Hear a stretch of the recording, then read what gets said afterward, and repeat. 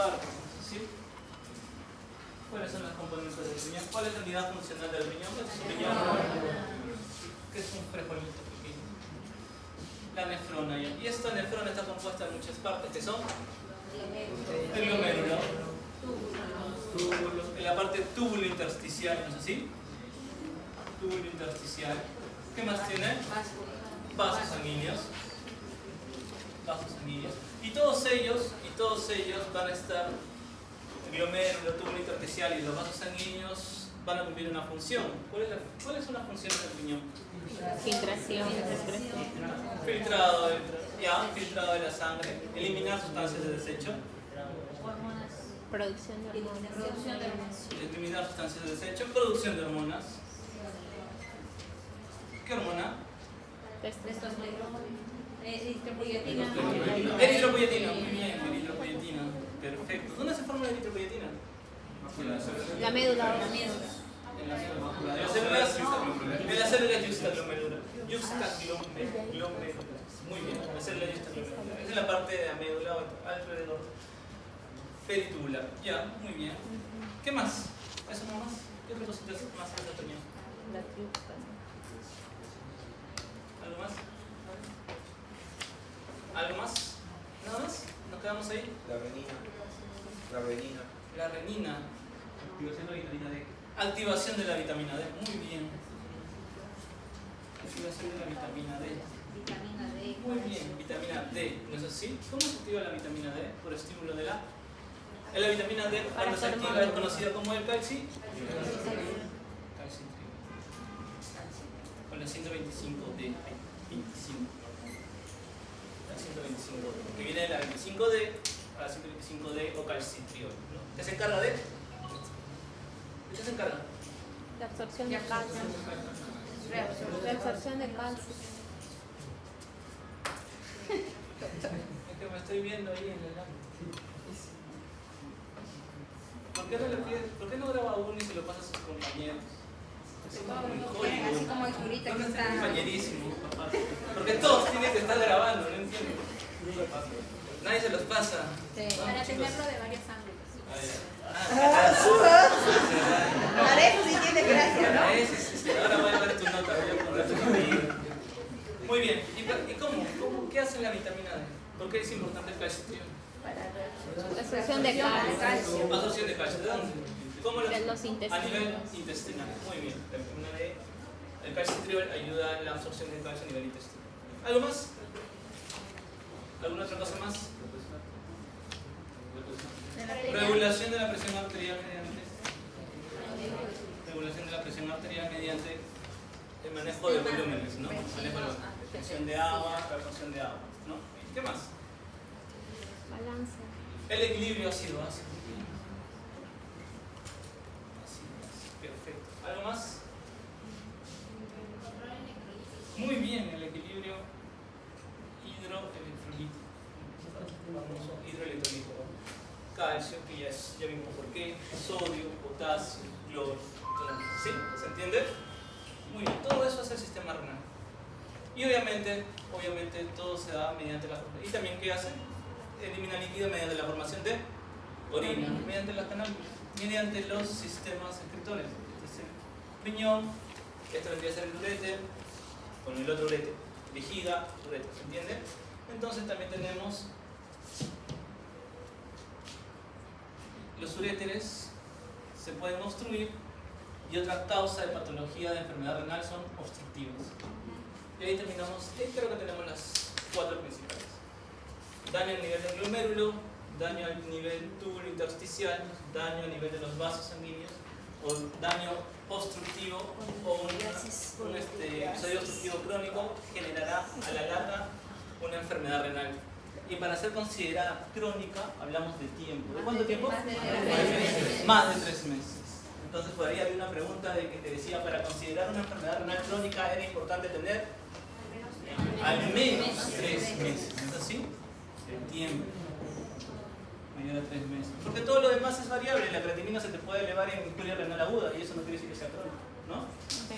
Entonces, lo importante era el tiempo. ¿Y por qué es importante la enfermedad renal crónica? Porque ya es considerada una endemia. ¿Ya? ¿Por qué? Porque los casos se van elevando de manera alarmante. Dentro de poco será considerada entre las 5 primeras causas de muerte a nivel mundial. ¿Por qué? Porque la población tiende a envejecer y a vivir más años. Es uno. Dos, las enfermedades crónicas no transmisibles están en aumento. ¿Y cuáles son? Enfermedades crónicas no transmisibles. Diabetes, hipertensión arterial de la cabeza, obesidad también. Son las primeras causas de enfermedad renal crónica. De estas tres en la cabeza, diabetes e hipertensión, las primeras causas de enfermedad renal crónica. Lo complicado es determinar en los estadios iniciales, pues enfermedad renal crónica en los estadios iniciales es asintomática. Entonces, generalmente cuando el paciente ya viene por los compromisos sistémicos o ya viene con signos y síntomas, estos cuadros ya están avanzados. La prevalencia es variable de acuerdo a cada país y recuerden que no todos tienen un estudio o está subdiagnosticado en algunos lugares también, porque no hay programas de detección de enfermedad renal crónica en algunos centros de salud o países. La epidemiología está ahí, es más frecuente en mujeres que en hombres, pero levemente, casi están a la par, un 10% en general. A nivel global, la mayor prevalencia se ve en países en vía de desarrollo. Más de 2 millones de personas en el mundo están en terapia de reemplazo renal, ya según los datos del 2010. Y esta terapia de reemplazo renal es más frecuente en países desarrollados, porque tienen la capacidad de poder hacerlo. Muy bien. Si bien es cierto, es más frecuente, ligeramente, pero es más frecuente en mujeres que en varones es mucho más grave o tienen la presentación más grave. En cuanto a epidemiología, se ve acá que la mayor prevalencia de pacientes que se encuentran en terapia de reemplazo renal se encuentran en países industrializados, como en Estados Unidos, Canadá. Y a nivel de América Latina, los pacientes o la cantidad es un poco menor. ¿Por qué? Porque la capacidad de que todos los pacientes entren a terapia de reemplazo renal no es tanto. La definición de enfermedad renal crónica es una alteración estructural o funcional que debe estar presente por lo menos o al menos 3 meses y puede tener implicancias en la salud. Se habla de enfermedad renal cuando la tasa de filtración del paciente está por debajo de 60.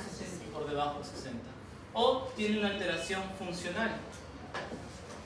Cualquiera de esas funciones que ustedes me han dicho debe estar alterada o estructural. La alteración anatómica del riñón está alterada. ¿Sí? La estructural, un ejemplo de estructural, atrofia, disminución. ¿Qué más? Glomerulosclerosis es una alteración anatómica o patológica. Angiosclerosis más va para hipertensión, pero ¿qué más? Poliquistosis renal, atrofia renal, hipoplasia renal, todo lo que sea una alteración estructural del riñón. Si tú haces una ecografía y el riñón encuentras un quiste único, solitario, accidental, no, eso no es una enfermedad renal crónica. Un quiste es un hallazgo. Pero una poliquistosis renal que genera una alteración también, eso sí podría ser considerada una alteración estructural. Por lo menos unos 3 meses. La pregunta que estaba aquí era, tenemos un paciente de 29 años y tenemos un paciente de 52 años. En el paciente de 29 años es una paciente mujer, y aquí en el examen de rutina del trabajo se le hace un examen de orina y se le encuentra hematuria. Hematuria, 2 cruces, no relacionado a su periodo menstrual. Se le hace de nuevo un examen a los 3 meses y vuelve a salir un cuadro de hematuria en 2 cruces y una creatinina normal. Esa es la paciente de 29 años. Tenemos un paciente de 52 años con antecedentes de hipertensión arterial, una creatinina en 1.7, como recordarán la creatinina normal está en 0.5 a 1.2. ¿Ya? Le hacen un examen de orina donde no se encuentra mayor hallazgo y se le vuelve a repetir el examen de creatinina a los 6 meses y vuelve a salir 1.7. La pregunta era, ¿quién de los dos tiene enfermedad renal crónica? La paciente de 29 años, el paciente de 52 años, o ninguno, o los dos. ¿Quién tiene enfermedad renal crónica? De acuerdo a lo que hemos dicho. La 29 años. El segundo. Primero. El segundo y el primero tendría que Primero, sacarse la tasa de filtrón porque podría estar en hiperfiltración. La creatinina es normal en una paciente de 29 años sin antecedentes. Pero podría estar hiperfiltrando. Podría estar hiperfiltrando, es cierto, pero la primera fase de hiperfiltración se da más a pacientes diabéticos. La paciente no tiene ningún antecedente, solamente hematosis. Hematosis, síndrome ¿Qué de más? necrosis. Creatinina en rangos normales. Ninguno, creo. El segundo. Muy bien. Ambos cumplen con el criterio de tiempo. Debe ser mayor o igual a 3 meses. ¿No? Ambos cumplen el criterio de tiempo. El paciente de 52 años cumple con la alteración de la tasa de filtración glomerular y porque tiene una elevación de la creatinina, ¿no? Un marcador que usamos nosotros bioquímicos para ver función renal, de 1.7. El paciente de 52 años tiene una enfermedad renal crónica. La paciente de 29 años tiene una hematuria persistente ya de aproximadamente 3 meses, pero a pesar de tener una creatinina normal no te excluye el no tener una enfermedad renal crónica. La paciente tiene una hematuria persistente. Esa hematuria es considerada una alteración, dentro de las alteraciones funcionales estructurales, es considerada una alteración que ya persiste por más de 3 meses, a pesar de tener una creatinina normal. Ambos pacientes tienen una enfermedad renal crónica. La cuestión aquí es estudiar la etiología. ¿Por qué en el caso de la paciente de 29 años está haciendo una hematuria por más de 3 meses y por qué en el paciente de 52 años hace una creatinina en 1.7? Lo más seguro que en el paciente de 52 años la etiología es la hipertensión, ¿no? Porque por el antecedente. Lo interesante sería buscar la causa de la paciente de 29 años. ¿Qué paciente de 29 años, mujer, podríamos descartar una enfermedad autoinmune, una enfermedad autoinmune? Que posiblemente puede estar dañando una vasculitis, podría ser una glomerulonefritis, sí, podría ser una glomerulonefritis. Nefritis. Muy bien, esto ya está, esto ya está. Muy bien. Definición de criterios. Entonces, lo mismo, pero como ustedes ya revisaron la no hay problema. Criterios para enfermedad renal crónica es una duración mayor de 3 meses, eso se encuentra ahí, con eso no hay problema, y una alteración de la tasa de filtrado glomerular por debajo de 60, que es como ustedes lo han dicho. El daño renal. El daño renal también puede estar presente. Alteración estructural, funcional, que también puede estar causada por un daño renal. ¿Y qué daño renal puede tener este paciente? Un daño o una normalidad patológica o a nivel parenquimal o a nivel glomerular, como están las enfermedades glomerulares, las enfermedades vasculares, las enfermedades tubulointersticiales o la poliquistosis renal. Todo está aquí. ¿Qué más? Todo paciente con historia de trasplante renal es ya catalogado como enfermedad renal crónica. ¿Sí? Y eso está aquí. Todo paciente que tenga albuminuria, excretar albúmina por la vía urinaria es normal. Hasta cierto punto. Pequeñas cantidades. Entonces, albuminuria, la presencia de albuminuria o la relación albuminuria-creatinuria, si está elevada por encima de 30, es considerada anormal. Y eso está aquí. Muy bien. ¿Qué más? Sedimento urinario normal, y eso está aquí. La presencia de RBC en inglés es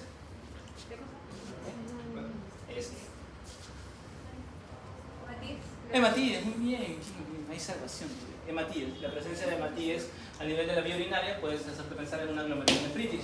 La presencia de leucocitos, que es el WBC, presencia de leucocitos es pielonefritis o nefritis intersticial. Y la presencia de cualquier otro sedimento patológico te hace pensar en una alteración del sedimento urinario.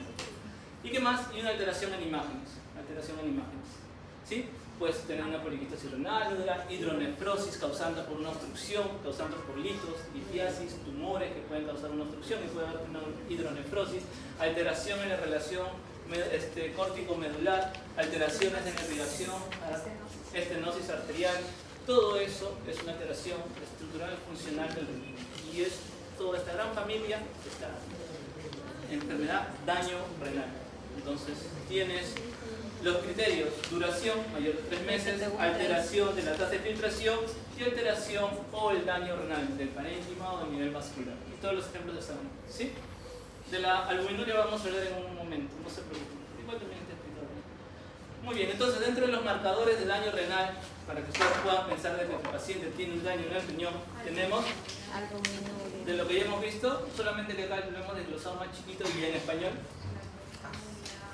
Albuminuria, sedimento urinario, alteraciones tubulares, alteraciones histológicas que hemos visto, daño a nivel glomerular. cerebrovascular, a nivel vascular, estructurales generados por riñones atróficos o trasplante renal. ¿Sí?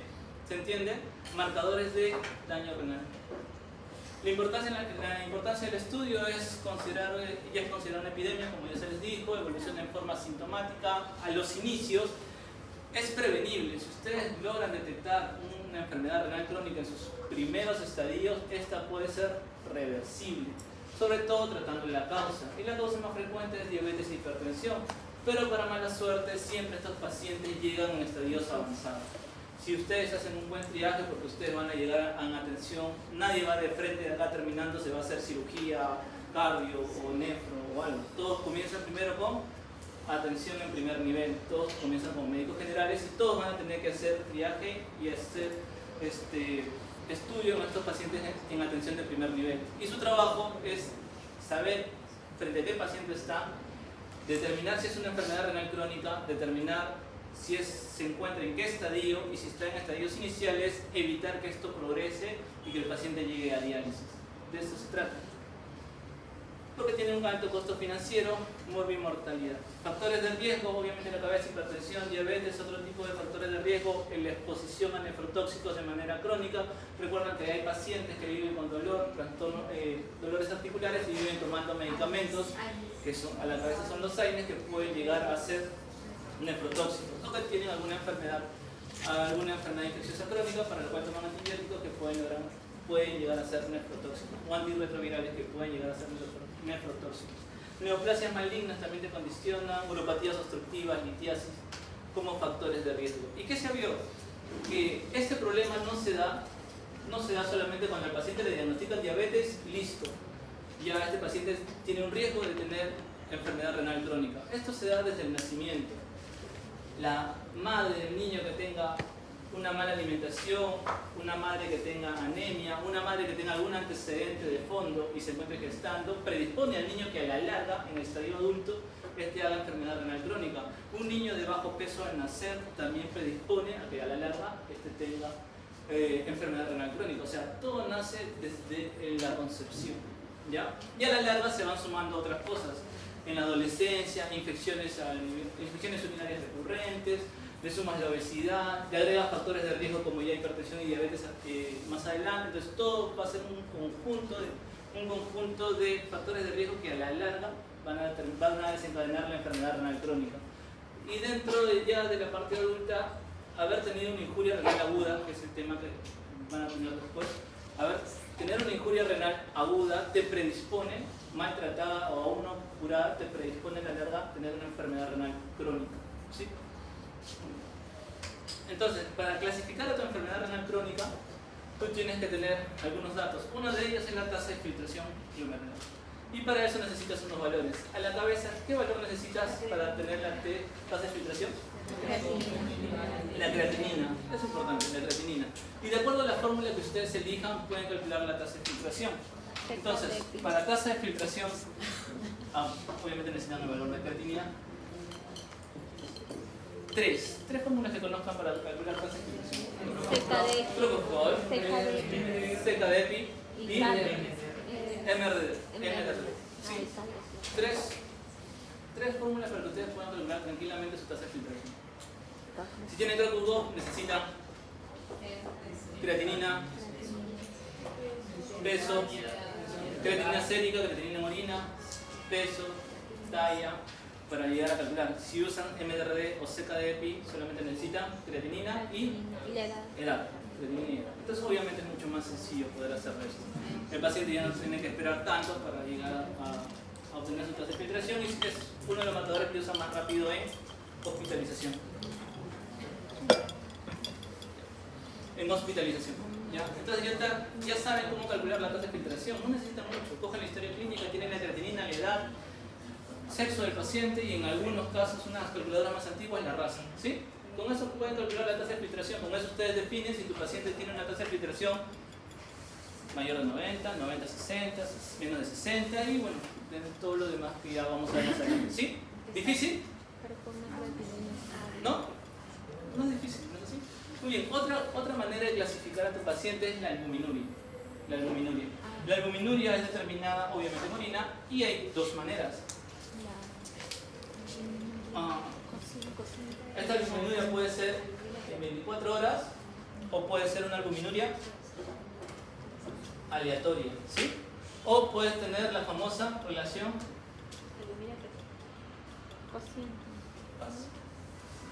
el cociente albuminuria creatinuria, ¿sí?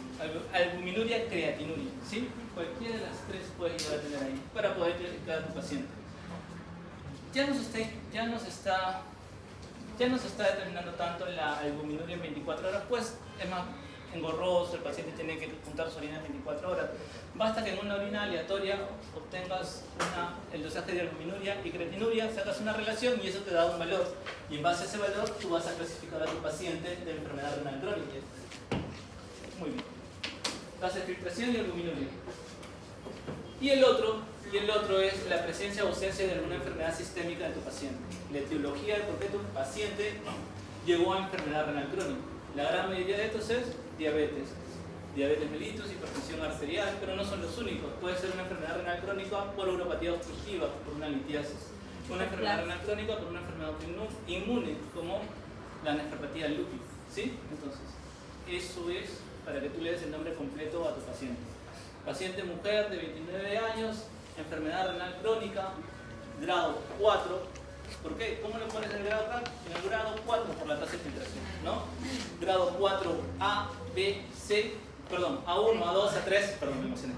A1, A2, A3, A1, A2, A3, y eso lo sacas de la albuminuria.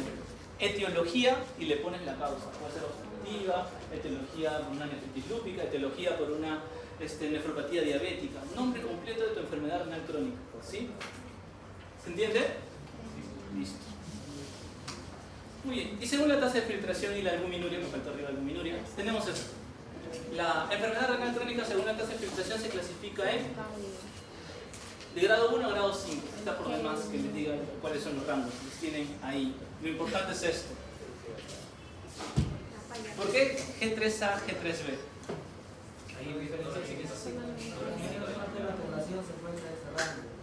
A ver, uno más. ¿Qué?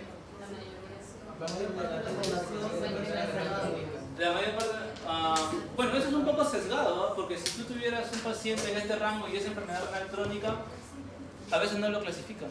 ¿Por qué es importante G3A, G3B? Porque ahí se clasifica para el tema de para diálisis. Para ver.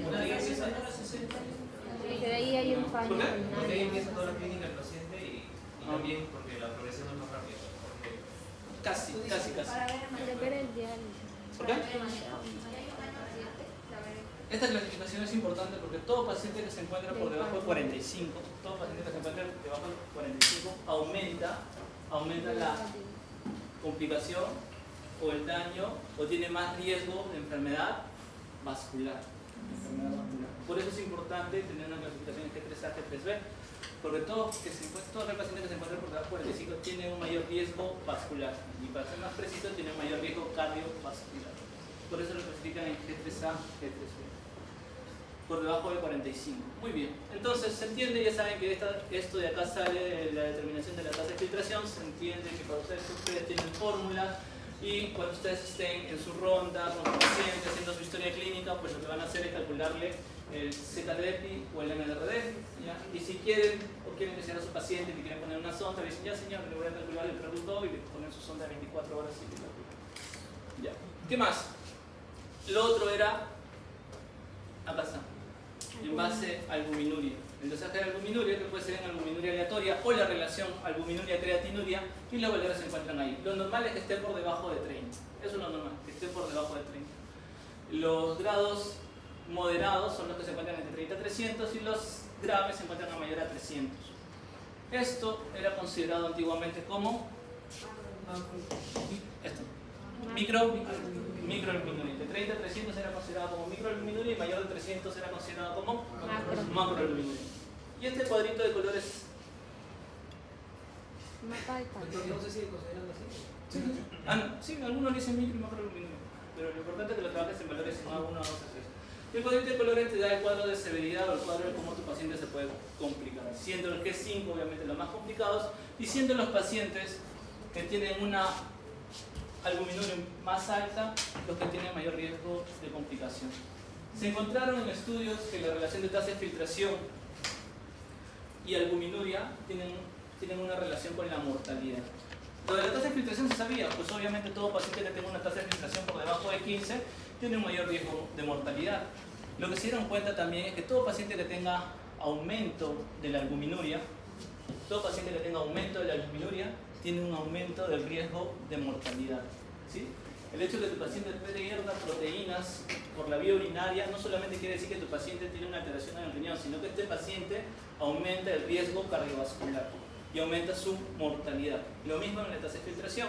Si tiene una tasa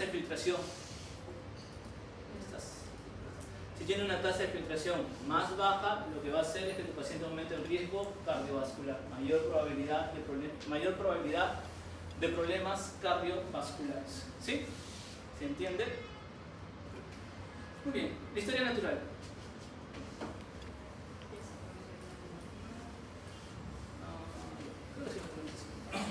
La historia natural. Tienes un paciente normal, tienes un riñón normal y este paciente tiene factores de riesgo. Ya sabemos cuáles son los factores de riesgo que pueden estar ahí: diabetes, hipertensión a la cabeza. Estos incrementan los riesgos y un paciente mal controlado tiene un daño a nivel renal. Estas flechas que ven acá, mientras mayor tonalidad, es mayor probabilidad de que sea reversible. Puede ser reversible. Si ustedes lo toman en estadios iniciales, eso puede ser reversible. Hay un daño a nivel renal, luego lo que aparece en el riñón, hay una disminución de la tasa de filtración glomerular, luego aparece una falla renal y después de la falla renal y de la muerte ya no hay reversión. Entonces, lo que ustedes tienen que hacer es aprender a detectar a los pacientes en estadios tempranos para que este paciente no progrese en la enfermedad. Entonces, fisiopatológicamente tenemos la primera parte, la aparición de un mecanismo iniciador secundario que te genere un daño o una pérdida de nefronas. Lo segundo que aparece es la presencia de hiperfiltración de nefronas restantes. Lo que hacen las nefronas que quedan, que se pierden nefronas, es comenzar a trabajar más, y la segunda fase es la hiperfiltración. Trabajan más, filtran más y aumenta lo que se llama la presión intraglomerular. La tercera fase es la hipertrofia de estas nefronas restantes. Estas comienzan a aumentar de tamaño. La cuarta fase hay una alteración de la tasa de filtración. Esta tasa de filtración comienza a disminuir. Y la última fase ya fibrosis y se pierde.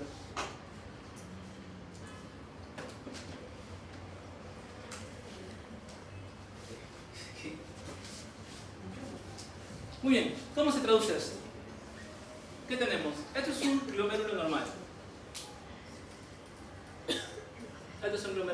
Tenemos la arteria que llega, es la arteria aferente, y la arteria que sale es la eferente. Esto de acá, si puedo marcarlo. Sí, ¿no? ¿Sí se ve, no? Ya, muy bien. Esto de acá son los capilares, la zona mesangial, y esto de acá que ven, estos verdecitos, son los famosos podocitos. Esto es normal.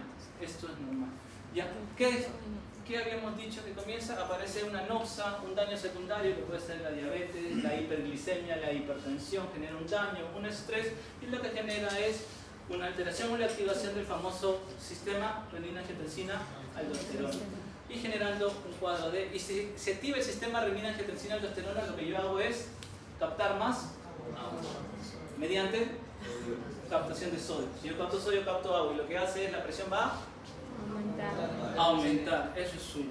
Lo que genera a este nivel mayor presión, lleva más presión al glomérulo, y lo que va a hacer este glomérulo va a ser hiperfiltrar. Acá la noxa, esto es un podocito saludable, las membranas, las proteínas, todo lo que vemos acá. Y lo que se genera a nivel de la noxa es aumento de algunos factores. Este de acá es el factor de crecimiento de transición alfa, y esto de acá es el receptor del factor de crecimiento epitelial, generando una hipertrofia del glomérulo. Genera una hipertrofia del glomérulo. Como ven acá, este glomérulo se hace más grande.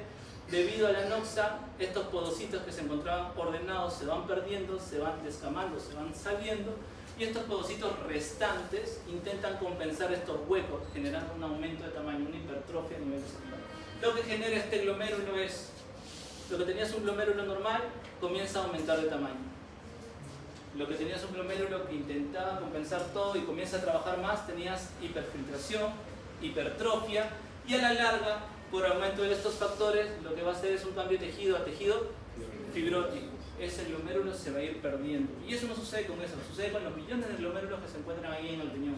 Con el paso de los años, ese riñón va a ir disminuyendo en función y lo que comienza a aparecer, y lo siguiente que aparece es la disminución de la tasa de filtración glomerular. Eso es a nivel del glomérulo.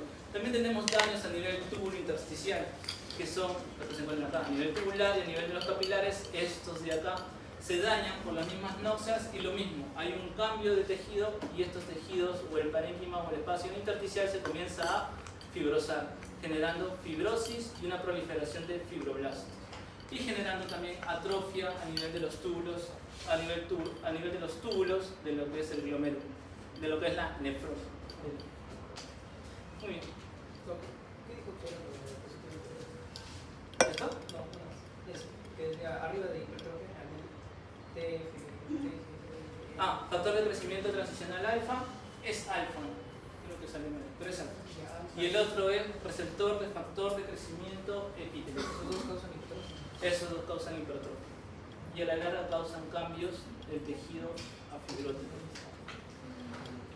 Bueno, lo mismo, hipertensión, diabetes, pérdida de nefronas, hipertrofia funcional, aumento de la esclerosis glomerular, progresión de la enfermedad renal crónica, proteinuria, porque cuando se daña el glomérulo y se pierden los podocitos, se pierde esa barrera y las proteínas atraviesan la barrera y se pierden por la vía urinaria. Reducción del filtrado glomerular hasta el 30% y empiezan a elevarse los valores de creatinina. Hipertensión glomerular. La de lipidemia, claro. Hipertensión glomerular, daño, progresión de la enfermedad y otros factores como pueden hacer o pueden aparecer la albuminuria y la podocitopatía, de los podocitos. Muy bien. Entonces, la fibrosis renal tiene en cuenta tres lugares donde se daña. Uno es la glomerulosclerosis, se daña el glomérulo. 2, la fibrosis intersticial. Y 3, la atrofia tubular. Esas tres cosas son las que suceden en la fibrosis renal. Se dañan todas las estructuras del parénquima renal, generando alteración anatómica y obviamente la disminución de la función del riñón. En las fases de enfermedad renal crónica tenemos la fase 1, que es silente, es la fase donde generalmente todos los pacientes pasan inadvertidos y nosotros no los podemos diagnosticar porque el paciente nunca viene a consulta, no tiene síntomas. En la fase 2 es generalmente hallazgos, esos pacientes que pasan su examen de salud ocupacional o por algún motivo se hacen un examen, un chequeo médico y tienen alguna alteración que puede ser bioquímica o puede tener una alteración a nivel del sedimento urinario, pero el paciente igual no tiene molestias. En la fase 3 está la fase sintomática, que es el grueso de pacientes que vamos detectando, ya que ellos sí vienen a consulta. Y en la fase 4 es aquellos pacientes que ya tienen fase urémica o pacientes que tienen riesgo o ya están candidatos a terapia de reemplazo renal. Las complicaciones más frecuentes de un paciente con enfermedad renal crónica, trastorno hidroeléctrico, todo lo que ustedes dijeron como función, todo se altera. Hay anemia, ya se entiende por qué la anemia, ¿no? Por la disminución de... Muy bien. ¿Y qué tipo de anemia es? Normocítica, muy bien. Trastorno hidroelectrolítico con alteraciones de sodio, sobre todo potasio, calcio también, alteraciones del metabolismo del mineral óseo, hiperuricemia, hipertensión arterial, desnutrición, uremia, riesgo cardiovascular, ya sabemos por qué también, disfunción endocrina y la dislipidemia que se encuentra. Generalmente se producen en pacientes con estadios 3 para abajo. La anemia es un tema importante. Una de las causas o una de las manifestaciones más frecuentes de estos pacientes son anemia e hipertensión. Anemia e hipertensión. Una de las manifestaciones clínicas más frecuentes en los pacientes renales, sobre todo en pacientes con una tasa de filtración menos de 30. Aparecen las causas más frecuentes, la característica más frecuente es la hipertensión en pacientes con tasa de filtración menos de 30. Una de las características clínicas más frecuentes. Entonces, para estadificar tu paciente con enfermedad renal crónica, lo que tienes que hacer es encontrar la causa, determinar la tasa de filtración y los niveles de albuminuria. Algunas causas de enfermedades glomerulares que te pueden dar enfermedad renal crónica que tenemos acá, a la cabeza, diabetes. Algunas causas de enfermedades tubulointersticiales que te pueden dar enfermedad renal crónica, a la cabeza, infecciones o enfermedades sistémicas o enfermedades también autoinmunes. Enfermedades vasculares que también te pueden dañar el riñón a la larga, enfermedades que te generen aterosclerosis, hipertensión, isquemia, todo lo que te genere daño vascular. Y luego también está la poliquistosis renal, que se encuentran acá. Bien, lo mismo. Etiología. Es importante, ¿por qué es importante determinar por qué le falló el riñón al paciente? Porque esto te va a decir el pronóstico y el tratamiento. Porque si tú encuentras una paciente, mujer de 27 años, que viene con una creatinina en 8, y conviene con una creatinina en 8, con proteinuria, eritema malar, caída de cabello, piénsese. Y estos pacientes son candidatos a biopsia renal. Y de acuerdo al estadio, si tú lo tratas inmediatamente, le das su corticoterapia, sus inmunosupresores, esa creatinina que esté en 8 puede revertir a valores normales. Puedes llegar a tu paciente a darle de alta con una creatinina en 0.5, porque tú detectaste la causa tempranamente y le das tratamiento y salvas ese riñón. Entonces, el plan es determinar la causa. Si tu paciente es un paciente diabético de larga data, mal controlado, con una hemoglobina glicada en 12 y viene con proteinuria de 3 cruces, una creatinina en 8, entonces lo que tú vas a tener o vas a intentar hacer es revertir ese cuadro de la enfermedad renal hasta donde más se pueda. Pero ese paciente ya tiene una enfermedad renal crónica. El plan es intentar revertir esta patología hasta donde se pueda y poder de ahí hacer un control. ¿Sí? La etiología de la enfermedad es importante. Las causas de la enfermedad renal pueden ser primarias, si es que el daño está confinado solamente en el riñón, y la secundaria si es que es una enfermedad sistémica o algún otro proceso específico, como la diabetes a la cabeza. Otras causas de enfermedad renal como genéticas, como la enfermedad por poliquistosis renal. La localización se basa en la magnitud, proteinuria, hallazgos en sedimento urinario, imágenes y o biopsia renal. La tasa de filtración se hace por estimación de la creatinina. Se intentó usar la cistatina, pero es mucho más caro y casi no lo hacen los laboratorios. La inulina o la medición nuclear también es otra manera, pero igual, el tema de precios no se hace. Y los marcadores que podemos usar acá, los 3 más frecuentes y lo que ustedes pueden usar en hospitalización de manera rápida, a la cabeza es CKD-EPI, MDRD y el COBRO-GO. ¿Sí? La tasa de filtración que se encuentra acá, ya saben por qué G3A y G3B toman importancia, porque por debajo en el radio G3 aparece la clínica y por debajo de 45 los pacientes tienen mayor riesgo cardiovascular. En caso de la albuminuria, se controla o se determina albuminuria en orina de 24 horas, como pueden ver acá. Puedes usar albuminuria aleatoria con la relación albuminuria-creatinuria en orina aleatoria, y los valores prácticamente van a ser los mismos, menos de 30, 300 o mayor de 300. El problema está a veces que ustedes cogen su análisis laboratorio y dicen, doctor, pero no encuentro albuminuria, no hay albuminuria, solo tengo proteinuria. Es otra manera. Recuerden que la proteinuria determina todas las proteínas que están en la vía urinaria y la albuminuria es solamente la albúmina, de acuerdo a tu laboratorio. Pero si no tienes albuminuria, lo que puedes determinar también es la proteinuria con la creatinuria, y los valores cambian un poquito, pero estos son menos de 150 es lo normal, entre 150 y 500 un riesgo moderado, la microalbuminuria que habíamos visto, y mayor de 500 ya es el A3, el A3, si solamente tienen proteína. Porque hay veces que no tienen albuminuria, no tienen reactivo para determinar albúmina en orina, pero sí tienen proteínas en orina. Pasa. A ver. Este de acá. Fíjate.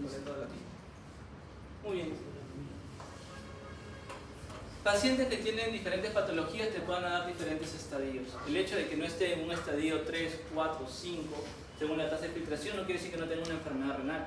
El hecho de que tenga una albuminuria normal no quiere decir que no esté en enfermedad renal crónica. Y esto se ve acá. Estas patologías, por ejemplo, paciente que curse con una alteración funcional, con un reflujo vesiculoreteral, donde la orina que se encuentra en la vejiga, en vez de excretarse hacia afuera o eliminarse por la uretra, lo que hace es las válvulas de la vejiga no se cierran y por reflujo suben a través de los uréteres hacia arriba y van dañando a nivel renal. Entonces, estos pacientes con reflujo vesiculoreteral de larga data también pueden ser considerados como enfermedad renal crónica. Ellos tienen una tasa de filtración normal, tienen una creatinina normal a los inicios y también no presentan albuminuria, pero por este reflujo vesiculoreteral son catalogados como enfermedad renal crónica. Sería una enfermedad renal crónica grado 1 A1, ¿sí? Grado 1 porque tiene una tasa de filtración por encima de 90 y A1 porque no presenta albuminuria. ¿Se entiende? Muy bien. El hecho de que no tenga una tasa de filtración alterada o una albuminuria no quiere decir que no sea una enfermedad renal crónica. Pueden haber otras causas, sobre todo la estructural o funcional. Pronóstico de la enfermedad renal crónica va a variar dependiendo de la causa, dependiendo de la tasa de filtración, dependiendo del grado de la albuminuria y otras comorbilidades del paciente. Edad, historia de ACV, hipertensión, diabetes. Esto de acá lo van a revisar, eso es para ustedes, es la función que ustedes deben tener en atención primaria y la atención que debe tener el nefrólogo ya cuando le llega el paciente a consultorio. Pero para ustedes es esto.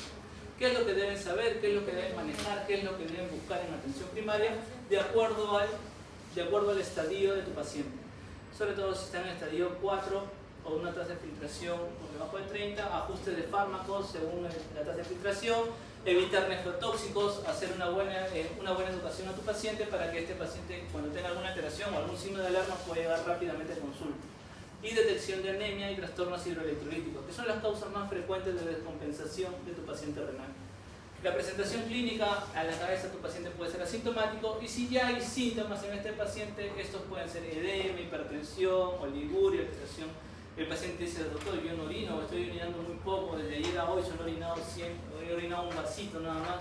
Debilidad, fatiga, anorexia, vómito, convulsiones. Y en estadios terminales o con un cuadro muy avanzado pueden haber serositis. Y cuando te hablan de serositis o derrame a nivel de capas o de serosas, son dos las más importantes, que son el derrame pleural y el otro es el derrame pericárdico. De eso se trata la serositis, no que haya un derrame arterial, el derrame pleural y el derrame pericárdico. El sangrado gastrointestinal, porque la uremia genera alteración de la función plaquetaria y también te daña las mucosas gastrointestinales, también se generan sangrado. Y encefalopatía por la elevación de la urea, encefalopatía urémica. ¿A qué tipo de paciente se le va a estudiar la enfermedad renal crónica? Antes se decía, todo paciente hipertenso y diabético, todos esos pacientes hipertensos y diabéticos deben entrar a tamizaje de enfermedad renal crónica. Luego, con el paso del tiempo, esto cambió. Ahora no solamente los hipertensos y diabéticos, todo paciente adulto mayor por encima de 70 años debe entrar a tamizaje de enfermedad renal crónica. Pacientes obesos deben entrar a tamizaje de enfermedad renal crónica, porque la obesidad se ha asociado a la enfermedad renal crónica. ¿Qué más? Pacientes con infecciones crónicas como hepatitis, VIH, pacientes neoplásicos con cáncer en tratamiento de quimio también, pacientes hepatópatas crónicos, pacientes que tengan urolitiasis, todos estos pacientes que ven acá tienen que entrar a tamizaje de enfermedad renal crónica. Y esto de acá solamente era para recordar en cómo enfocar a tu paciente con enfermedad renal crónica, que venga con alguna alteración funcional, o con signos y síntomas característicos. Lo que tienes que hacer es tomar alguna imagen de tu paciente y descartar que esa enfermedad renal crónica no sea por causa obstructiva o no. Si es por causa obstructiva, pues la neuropatía obstructiva debe ser tratada en ese momento, y si no es por causa obstructiva, encontrarle alguna otra causa a tu paciente con enfermedad renal crónica, sobre todo si encuentras signos de sangrado, hematuria o alguna alteración funcional. Si encuentras signos de sangrado o hematuria en tu paciente, a descartar una glomerulonefritis. Si no encuentras signos de sangrado, lo que tienes que hacer es ampliar tus estudios de uroanálisis y la presencia no de piuria. ¿Qué es piuria? Uso, presencia de leucocitos. Presencia de leucocitos. Si tu paciente tiene leucocitos en la orina, una leucocituria o una piuria estéril, lo más probable es que sea la causa de una nefritis intersticial. Y si este uroanálisis es normal, te tienes que echar a buscar otras causas como enfermedades renovasculares, enfermedades de irrigación, alteración de la arteria renal, entre otras. Determinar la cronicidad es importante en este paciente para estabilizar el diagnóstico, buscar paraclínicos antiguos, porque a veces tu paciente viene con 1.7 creatinina, pero no sabes si es agudo o crónico. Porque si tu paciente tenía 1.7 en ese momento y hace 3 meses tenía 1.6, eso es crónico. Pero si tu paciente tenía 1.7 cuando llega por emergencia y tú le buscas los análisis anteriores y anteayer se hizo un chequeo y tenía 0.5, eso es agudo. La determinación de si es agudo o crónico es importante porque eso también te habla de etiología y manejo. Bien. Marcadores, ya los marcadores que ya hemos visto, la albuminuria, proteinuria que ya hemos visto, acá están los valores, la relación de proteinuria y creatinuria. Eso es lo que puedo. Las imágenes diagnósticas, que se usan frecuentemente. ¿Cómo determinamos si es algo crónico si no tenemos Y esa es una de las preguntas que siempre nos hacemos. ¿Cómo sabemos si es algo crónico? Por eso cuando ustedes a veces tienen a sus pacientes y vienen con una alteración renal que ponen enfermedad renal crónica reagudizada. Ponen aquí versus enfermedad renal crónica reagudizada. No sé si alguna vez han visto sus historias. ¿Ya? Entonces, porque a veces no nos queda claro la etiología. Una de ellas podría ser buscando para clínicos antiguos, otro de ellos podría ser buscando imágenes. Si tú le haces una ecografía y ves riñones pequeños, hipotróficos o con alteración de la corteza médula, eso te habla de un proceso crónico. Si tú ves un riñón normal sin alteraciones, te habla o te hace sospechar de que está en un proceso agudo. Podría ser de esa manera. Lo otro es que tratas la causa de por qué vino tu paciente, y si eso revierte de 1.7 vuelve a 0.5, eso fue agudo. Tres cosas, tenemos que valorarnos de todo. A veces parece sencillo en la teoría, pero en la práctica cuando ustedes están, no nos queda muy claro si es agudo o crónico. Por ejemplo, si un paciente con una de 120, por ejemplo, viene conocido, entonces que es una parte aguda, pero si viene un paciente con casi 200, normal. Por la tolerancia, porque los pacientes crónicos toleran más la hipertensión. Entonces, dentro de las imágenes, lo que se usa generalmente de primera línea por ser lo más sencillo son la ultrasonografía o la ecografía. No es lo que se usa mayormente. Otras imágenes que podemos usar, la tomografía, la resonancia, el Doppler para ver la irrigación arterial. La reversibilidad va a depender siempre de la causa y en qué estadio ustedes detecten a su paciente. Y de acuerdo a eso y el tratamiento, ver la posibilidad de que este paciente tenga la posibilidad de poder retomar o poder hacer reversible el daño renal que ha tenido. O sea, disminuir. Pacientes que están en estadios 4 pueden revertir a 3A, 3B, y ustedes quizás lo han visto. Pacientes que ingresan con creatinina en 4, 5, pacientes renales crónicos, le dan tratamiento y pueden revertir a 2, a 1.7, y entonces su estadio, su tasa de filtración mejor. El plan es poder detectarlo a tiempo para poder tratarlo. El manejo siempre es etiológico, saber la causa, el ajuste de medicamentos en este tipo de pacientes, valorar también una valoración temprana en nefrología de acuerdo al estadio que se encuentre. Todo paciente en estadio 3, 3A, 3B ya debe pasar consulta por nefrología. Prevención de la progresión, evitar que la enfermedad renal crónica progrese. Manejo de complicaciones e inicio de terapia de reemplazo renal, siempre y cuando sea necesario. No todo paciente en estadio 5 se dializa, y yo no sé si ustedes han tenido la oportunidad de ver a pacientes que están en enfermedad renal crónica. Estadio 5, no ligúrico, esos pacientes siguen orinando y esos pacientes no están en diálisis. ¿Sí? Pero estos pacientes a la larga sí van a terminar en diálisis. Todo paciente que esté en estadio 4 ya debe pasar consulta con psicología para lo que es la terapia conductivo-conductual, porque el paciente tiene que ser preparado a que en algún momento él va a llegar a diálisis. Todo paciente que esté en estadio 4 ya debe ser preparado psicológicamente de que en algún momento va a llegar a diálisis. Todo paciente en estadio 4 ya debe ser evaluado para ver el método de diálisis que va a recibir más adelante, que puede ser dos. ¿Cuáles son los dos métodos de diálisis que conocen? Permanente. La hemodiálisis, que es la donde se colocan en un equipo y está bien intermitente, la continua, y la otra es la peritoneal. Muy bien. ¿Y qué se busca actualmente? Antes era hemodiálisis para todos y la peritoneal, bueno, en algunos casos específicos. Ahora la meta o en la actualidad se busca que los pacientes lleguen a diálisis peritoneal.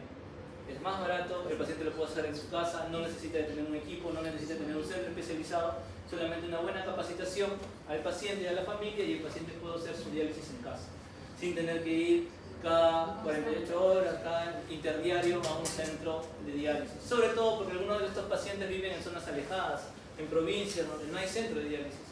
Si acá hay algunos, imagínense en Huaraz, creo que solo hay uno y a veces no hay.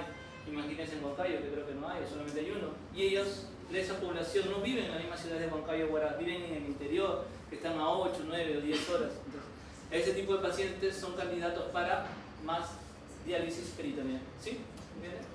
Muy bien. Entonces, ¿qué tratamiento le doy? Los más saltantes. En anemia, si tu paciente tiene anemia, ¿qué tratamiento daría? Porque lo que le falta es muy bien, pero antes de dar eritropoyetina, lo que tú tienes que hacer a tu paciente es estudiar carencias.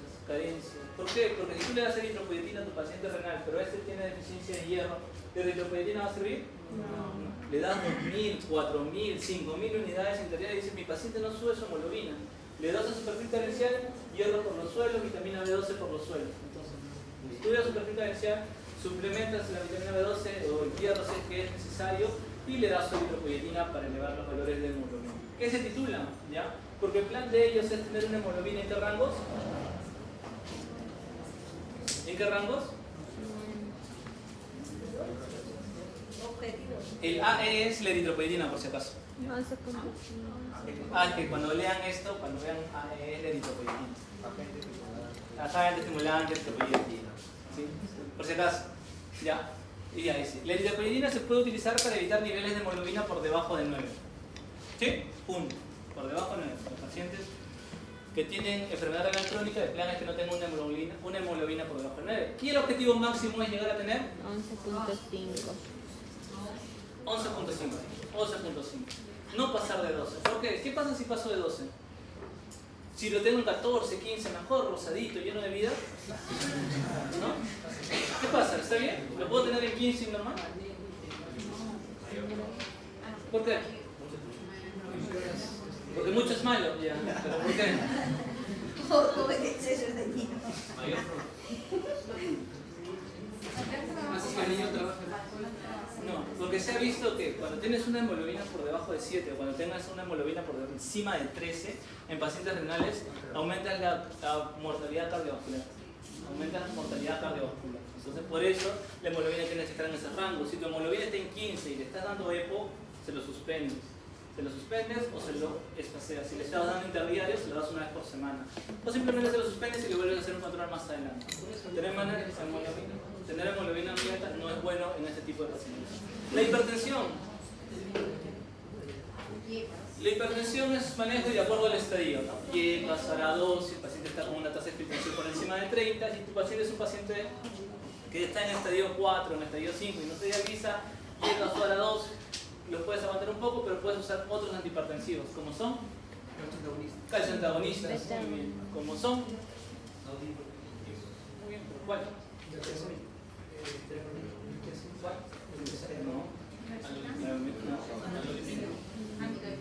Amlodipino. Por eso tus pacientes que son nefrópatos o se están dializando, ¿qué le dan? ¿Qué han visto que le dan en la terapéutica? Amlodipino, 10 miligramos, o mifedipino, muy bien. ¿Qué otros antihipertensivos han visto que le dan? Alfa-metildopa. Sí. Pero es un antihipertensivo a nivel central. Y obviamente para lo que es tema de hipertensión, lo que tienes que ver es la nutrición, porque este tipo de pacientes tienen que tener restricción de sodio. Para la presión. Restricción de sodio. El trastorno óseo, que bueno, ya saben por qué, que el paciente disminuye el calcitriol, disminución de la vitamina D, no se absorbe el calcio a nivel intestinal y los valores de calcio disminuyen. La hiperlipidemia en este tipo de pacientes. Allá. Acá está. Calcitriol y le puedes dar carbonato de calcio. El carbonato de calcio es para disminuir los niveles de fosfato, porque los fósforos se eleva, hay hiperfosfatemia en enfermedad renal crónica, y los niveles de hiperfosfatemia te generan niveles de hipocalcemia. Así tengo una litiasis. Tratas la causa. Si tienes litiasis, y la litiasis es causa de enfermedad renal crónica, tratas la causa. Ahora, el carbonato de calcio es para la hiperfosfatemia. Si no mejora con la diálisis, puedes dar. Si la hiperfosfatemia no está presente, no tienes por qué darle carbonato de calcio. Ahí le puedes dar calcitriol nada más para mejorar la absorción de calcio intestinal. ¿Qué más? Ahí. La acidosis metabólica. El bicarbonato oral se puede usar para corregir niveles de acidosis metabólica leve. Sobre todo a partir de cuándo? Cuando tu bicarbonato está por debajo de 22. ¿Y por qué? ¿Por qué es importante? Porque la acidosis metabólica o vivir en un estado ácido en el cuerpo lo que te genera es daño a nivel cardíaco. El miocardio sufre y se puede infartar. Muy bien. Prevenir progresión, manejo de la presión arterial, manejo de la proteinuria con antiproteinúricos. ¿Cuáles son los antiproteinúricos que conocen? ¿Qué antiproteinúrico conocen?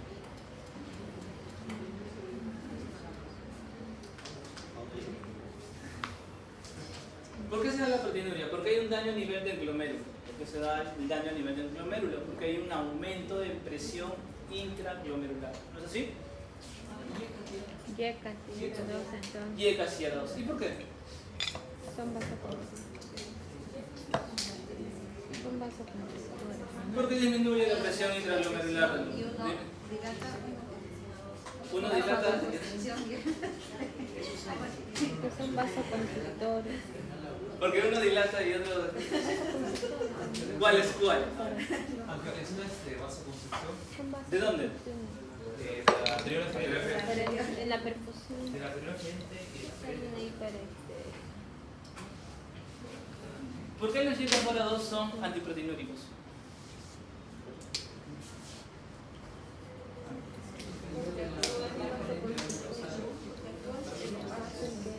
Disminuye para que no puedan ingresar proteínas.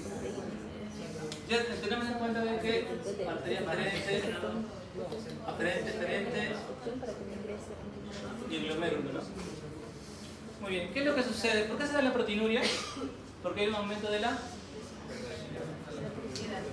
Acá hay un aumento de la permeabilidad y todo el espacio, toda la presión hidrostática, todo genera una gran presión. Esto es conocido como hipertensión glomerular. Hay un aumento de presión a nivel del glomérulo. Hay un aumento de presión. Los capilares, como ustedes saben, el podocito se pierde, la membrana se pierde y las proteínas se filtran y pasan nomás a los túbulos y esto se excreta por la orina. Muy bien. Entonces, te dicen, si tú tienes proteinuria, debes manejar esa proteinuria. ¿Y qué antiproteinúricos hemos dicho que conocen? Tienen los Yecas y arados. YECAS Y arados. y ARA2. ¿Cuáles son los YECAS? Enalapril. Enalapril, captopril, Lisinopril. sinopril, que es acá. ¿Y qué más? Y los ARA2. Los sartán. Valsartán, todo eso. Y dentro de todos ellos, en estadios 3, los pacientes con enfermedad renal crónica en estadios 3 para abajo, se dieron cuenta que dentro de los ARA2, Irbesartán es mucho mejor para los pacientes renales. Irbesartán es mucho mejor para pacientes renales. Por eso tus pacientes renales en estadios 2 o 3, 3A, 3B, lo vas a ver más con Irbesartán que con Irbesartán. Bueno, si tiene, ¿no? Porque el CIS no tiene Irbesartán. En algunos lados no. Porque no es tan barato. Muy bien. ¿Pero qué hacen? ¿Qué hacen los YECAS ARA2? ¿Qué hacen los YECAS? Disminuyen la presión intraglomerular. Muy bien, pero ¿cómo? Vasoconstricción. Al nivel de la arteria, Arterial es la penicilina 2. ya. Irrumpe fisiológicamente la vasoconstricción y genera vasodilatación. A nivel de la ¿Dónde? De la frente. Acá. Abajo. Porque de la frente es por las prostaglandinas. Acá generan vasodilatación. Y si esto se vasodilata, la sangre entra o se queda más tiempo en el glomérulo. Sale más rápido, disminuyendo. Todo es cuestión de tuberías. En todo lo que es vascular, todo es cuestión de tuberías. Porque la sangre sale mucho más rápido del glomérulo. Se vasodilata y la sangre sale mucho más rápido del glomérulo. ¿Por qué los AINES generan daño a nivel del glomérulo? Por un desequilibrio vascular. Muy bien, pero ¿qué es lo que hacen los AINES? Elimina Bloquean lo que hacen las... y genera una disminución de prostaglandinas. Y a nivel de la aferente, lo que es vasodilatación genera vasoconstricción. Vasoconstricción y los glomérulos se hipoperfunden y el riñón sufre. Por eso los AINES tienen esa tendencia nefrotóxica. ¿Sí? Evitar nefrotóxico, manejo comorbilidades, ya ves, aunque no sé qué le pasa, lo que no sé qué pasa en los exámenes.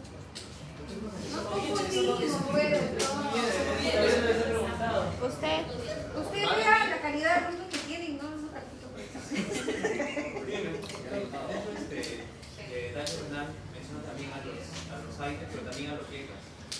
Lo que pasa es que los YECAS también generan vasoconstricción. Y entonces, cuando tú das YECAS en un paciente que tiene, digamos, una tasa de filtración en 40 y tú le das YECA para manejo de antiproteinúricos, como antiproteinúrico, su tasa de filtración puede bajar un poco, puede bajar a 35. Y algunos se asustan y dicen, no, estoy bajando su tasa de filtración. Pero esta disminución de la tasa de filtración es causada de manera fisiológica por el fármaco. No lo suspendes, lo mantienes nada más, no lo suspendes. Si tú das como antiproteinúrico un YECA y tu tasa de filtración estaba en 40, baja a 35, lo observas a tu paciente, porque el beneficio es mucho mejor si funciona como antiproteinúrico. Es más el beneficio y esa disminución de tasa de filtración simplemente lo observan, nada. No se suspende. El YECA te puede llegar a bajar un poco la tasa de filtración, pero eso es normal, eso es lo esperado. Eso no se suspende. ¿Qué más? Muy bien, entonces, hipertensión arterial, proteinuria, reducir la presión intraglomerular, YECA, ARA2 de primera línea, categoristas no dihidropyridínicos y diuréticos. Si tu paciente tiene proteinuria, paciente hipertenso con proteinuria, este es el tratamiento que se le da. Reducir la presión intraglomerular y encabarados a la cabeza. Si tu paciente tiene hipertensión arterial y no tiene proteinuria, no hay evidencia de superioridad entre los YECAS o ARA2 y los calcio antagonistas. Y obviamente los diuréticos también te pueden ayudar. ¿Cuál es la meta del paciente hipertenso renal crónico? Que tenga una presión arterial por debajo de 130, 80. La meta de un paciente con enfermedad renal crónica hipertenso es que tenga una tasa de filtración menos de 180. ¿Qué más? La meta de un paciente hipertenso con enfermedad renal crónica es que tenga una presión arterial por debajo de 130,80. Muy bien. Y en este caso de acá, ¿qué se vio? Los pacientes con alto riesgo de eventos cardiovasculares, pero sin diabetes, el objetivo de este tipo de población de pacientes se estudiaron 9.361 pacientes. Se dividieron en dos grupos. A uno se le dio tratamiento intensivo para manejar presiones en rangos de 120 para abajo. Y al otro grupo se le dio tratamiento intensivo para manejar presiones por debajo de 140. ¿Qué se vio? Que los pacientes que estaban por debajo de 120 tenían menos complicaciones o menos riesgo cardiovascular que aquellos pacientes que tenían presiones por debajo de 140. Entonces por ahí dijeron, bueno, hay que hacer que los pacientes que son una enfermedad renal crónica manejen presiones por debajo de 120. Pero al manejar presiones por debajo de 120 aparecieron otras complicaciones, como pacientes que tienen o hacían tendencia más a la hipotensión por el manejo intensivo. Entonces lo que se quedó es que no podíamos ser ni muy exigentes al momento de trabajar la presión, ni podíamos ser tan condescendientes. Por eso los valores estandarizados ya nos ponen de 130 a 80 en tema de presión arterial. En el tema de proteinuria, manejo de antiproteinúrico, YECA o ARA2, eso ya lo saben, indicado en pacientes hipertensos, y también todo paciente que sea diabético en estadio A2 debe recibir YECAS o ARA2, o todo paciente que esté en estadio A3 que no es diabético debe recibir antiproteinúricos. Todo paciente que esté en A3 debe recibir antiproteinúricos, y todo paciente diabético en A2 debe recibir antiproteinúricos. La dieta en este tipo de pacientes hay que tener mucho cuidado con el tema de proteínas, ¿ya? Hay que tener mucho cuidado con proteínas. Si la tasa de filtración de tu paciente es más de 60, la cantidad de proteínas que debe ingerir por día es 1.3 gramos por kilo día. Y si tu tasa de filtración es por debajo de 60, la proteína que debe ingerir en dieta es 0.8 gramos kilo día. Lo que se ha visto es que si tú le das muy poca proteína a este paciente, en cualquiera de los dos estadios, tú le das muy poca proteína por debajo de 0.6, este paciente aumenta su mortalidad. Hay muchas cosas en pacientes renales que aumentan mortalidad. Si tú le das, o este paciente está mal nutrido, con una proteína menos de 0.6 kilo día, aumenta mortalidad.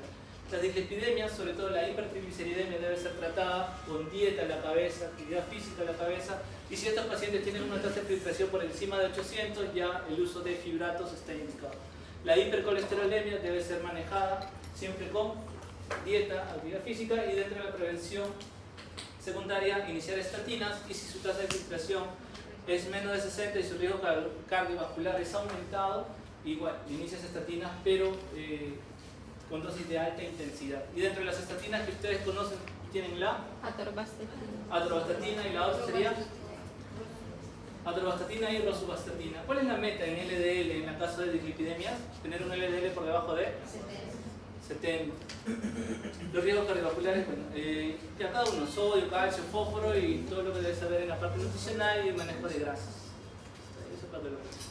El riesgo cardiovascular, aspirina según indicaciones y preferencias, manejo de otras comorbilidades en este paciente, hipertensión, diabetes, dislipidemia, todo peso también tiene que ser manejado por evidencia de manejo en diálisis, pero ante la falta de evidencia de manejo de prevenciones similares. No definen bien si el paciente se encuentra en diálisis, darle aspirina ayudaría o no ayudaría. Pero ante la falta de evidencia le puedes dar sin ningún problema.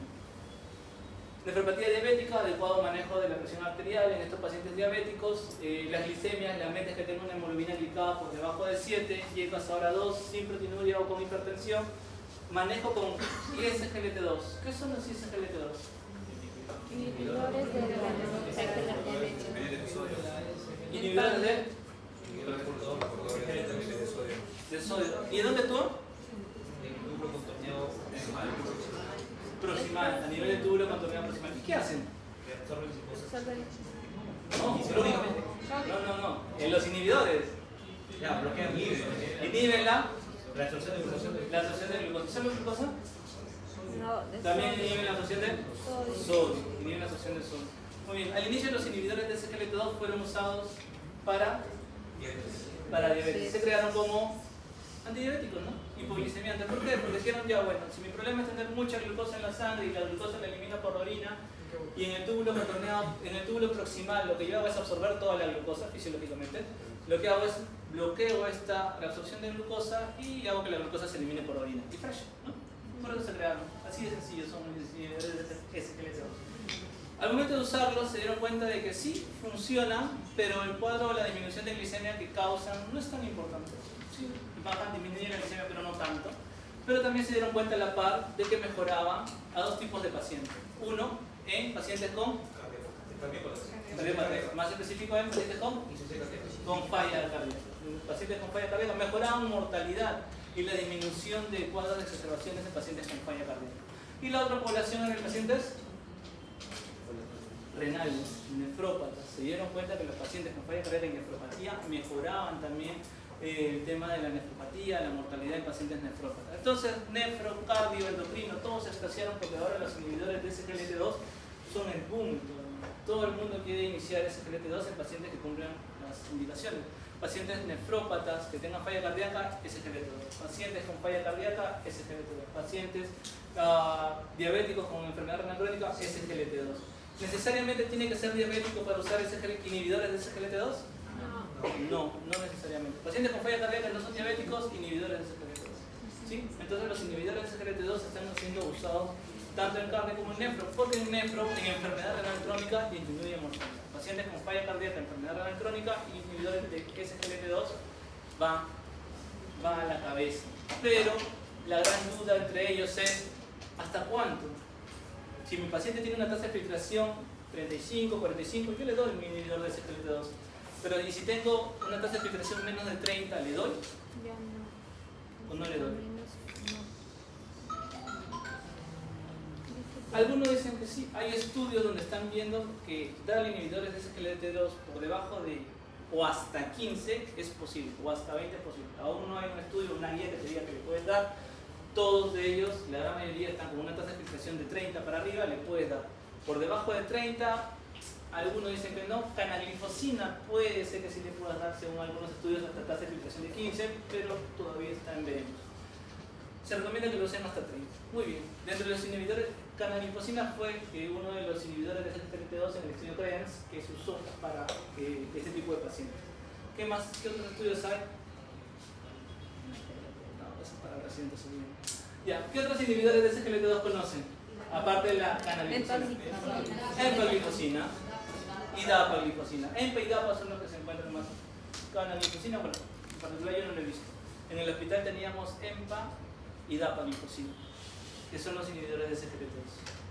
Muy bien, evitar nefrotóxicos, obviamente, si tu paciente es enfermedad renal crónico, vas a evitar los nefrotóxicos. Dentro de ellos pueden encontrar varios antibióticos, analgésicos, hasta los mismos inhibidores de bomba de protones pueden ser nefrotóxicos, pueden causar enfermedades tubulito-articulares, como el omeprazol. Evitar nefropatía inducida por contraste, también evitar resonancia magnética con gadolinium en pacientes con tasa de filtración en 30. Las alteraciones fosfocálcicas, porque en pacientes renales lo que se limita es la eliminación de fósforo y generan cuadros de hiperfosfatemia. Entonces, y esto genera un trastorno a nivel metabólico. Cuando hay una disminución hay una concentración, aumento de fósforo en la sangre, lo que genera por cambio hormonal es una disminución de calcio. Todo esto se da por la alteración o disminución del calcitriol. Y esto genera un hiperparatiroidismo secundario. Vamos a llegar a eso en un momento. Pero las alteraciones fosfocálcicas que se dan es en un paciente renal tú vas a tener hiperfosfatemia, vas a tener hipocalcemia por el déficit de vitamina D y calcificaciones extraesqueléticas o las llamadas calcificaciones vasculares. El manejo general es mantener el fósforo en 2.4 o 4, suplementar con vitamina D en el paciente que tenga este trastorno de calcitriol. Bifosfonatos solo para pacientes con osteoporosis diagnosticada que lo requieran en ese momento. Y hay que tener mucho cuidado porque los bifosfonatos no están bien tolerados en pacientes con una tasa de filtración menos de 30. Muy bien. ¿Qué es lo que sucede?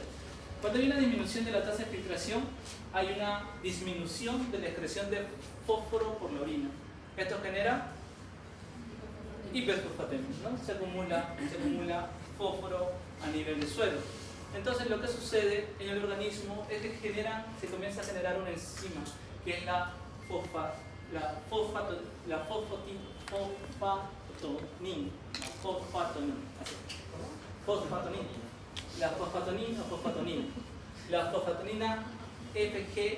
fosfatonina GF23. Esto de acá comienza a aumentar, porque lo que trata el organismo es intentar botar el fósforo del cuerpo. Y la fosfatonina lo que hace es ayudar a gelar el fósforo, fijarse el fósforo e intentar eliminarlo. ¿Sí? ¿Se entiende? Para poder disminuir estos valores de fósforo que no pueden ser eliminados. Lo malo de la fosfatonina es que disminuye o inhibe la acción de la hidroxilasa 1-alfa. ¿Y eso qué tiene que ver? ¿Por qué me importa que inhiba la acción de la hidroxilasa 1-alfa? Porque una vez que esto se inhibe la formación de vitamina D25 a vitamina D125, conocido como calcitriol. Y al disminuir la función del calcitriol, lo que va a hacer es la disminución de absorción de calcio a través de las velocidades intestinales. ¿Sí? Entonces, mi problema en un paciente renal es que no puede excretar el fósforo, este se acumula, mi cuerpo intenta responder con la fosfatonina, pero esta fosfatonina lo que hace es disminuir la acción de la alfa-1 hidroxilasa, y esta alfa-1 hidroxilasa, al estar inhibida, me disminuye los valores de calcitriol. ¿Se entiende? Al disminuir los valores de calcitriol, disminuye la absorción de calcio, y cuando disminuye la absorción de calcio y el cuerpo dice no tengo calcio en el organismo, ¿qué es lo que va a necesitar? Estimula la producción de la PTH, que es la paratormona, que se produce en la ¿qué? En la paratiroides. Muy bien. Y la paratormona lo que hace es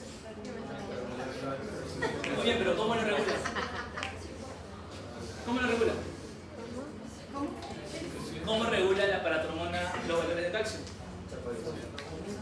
Produce ¿Ya? no, fósforo. No, está usando una hiperfosfatemia. ¿Cómo? ¿Qué hace? Fósforo. Saca calcio en los huesos. ¿Cómo se llama eso? Reabsorción ósea. Chapaca. No es que te entiendo, es como te presento. Reabsorción ósea. Lo que hace es sacar calcio del hueso, generando en el hueso. ¿Y qué genera en el hueso? Osteoporosis. Osteopenia, que luego osteoporosis cuando saca demasiado calcio del hueso. Y este calcio, es un calcio óseo, y llega a la sangre para intentar regular los valores de calcio a nivel de suero, a nivel de sangre. Pero este calcio que se llega a la sangre se va a acumular. ¿Dónde se acumula?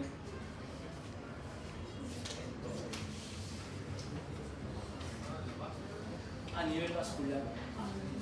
Es por eso que los pacientes renales, cuando ustedes toman una plaga o algo, ven que las arterias están calcificadas, son arterias rígidas, duras. ¿Sí? Ya. Y el paciente renal, como método de la PTH, es un hiperparatiroidismo. Y yo sé que ustedes conocen y ya saben que hay un hiperparatiroidismo primario y secundario y terciario. En el paciente renal es un hiperparatiroidismo secundario. La enfermedad mineral ósea, la hiperfosfatemia, el hiperparatiroidismo, bueno, ya lo hemos visto, ya saben por qué se da. Y no solamente se da la osteopenia o la osteoporosis en un paciente renal, también se da la osteomalacia, la enfermedad del hueso dinámico y la osteodistrofia urémica. ¿Qué es la enfermedad del hueso dinámico? Si bien es cierto, en un paciente renal en estadios avanzados, ¿cómo está la PTH? Elevada. Y es lo que se espera, un paciente renal que se dializa, se espera que tenga una PTH elevada. Pero en estos pacientes que tienen hueso dinámico, los valores de PTH se encuentran bajos. Esos son pacientes con disminución o ya no acción ni de los osteoclastos ni de los osteoblastos. Ninguna de las dos células están activas. Eso es un hueso adinámico, un hueso que ya no se mueve, se queda quieto por alteración hormonal.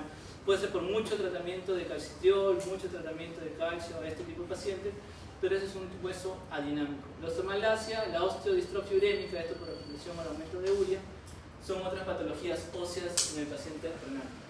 Manejar la acidosis, ¿y por qué manejar la acidosis metabólica? Recuerden, le dábamos bicarbonato a pacientes cuando tenían un bicarbonato por debajo de 22. ¿Y por qué? Porque un paciente que vive en acidosis metabólica aumenta mortalidad y progresión de la enfermedad renal crónica, genera alteración ósea, genera catabolismo proteico, esos pacientes se consumen rápidamente, agravamiento del hiperparatiroidismo, resistencia a la insulina, hormona de crecimiento y genera una inflamación sistémica de todo el organismo.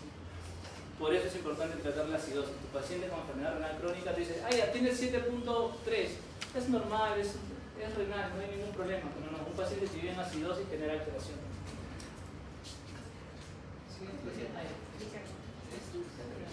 Uremia, ya, no se relaciona con un valor específico, la relación urea-creatinina, el valor de la creatinina es más importante, pero tener una uremia por encima del rango de 100 te puede traer unas complicaciones. Y las más importantes son las que se dan a nivel de serocitis, como la pericarditis urémica.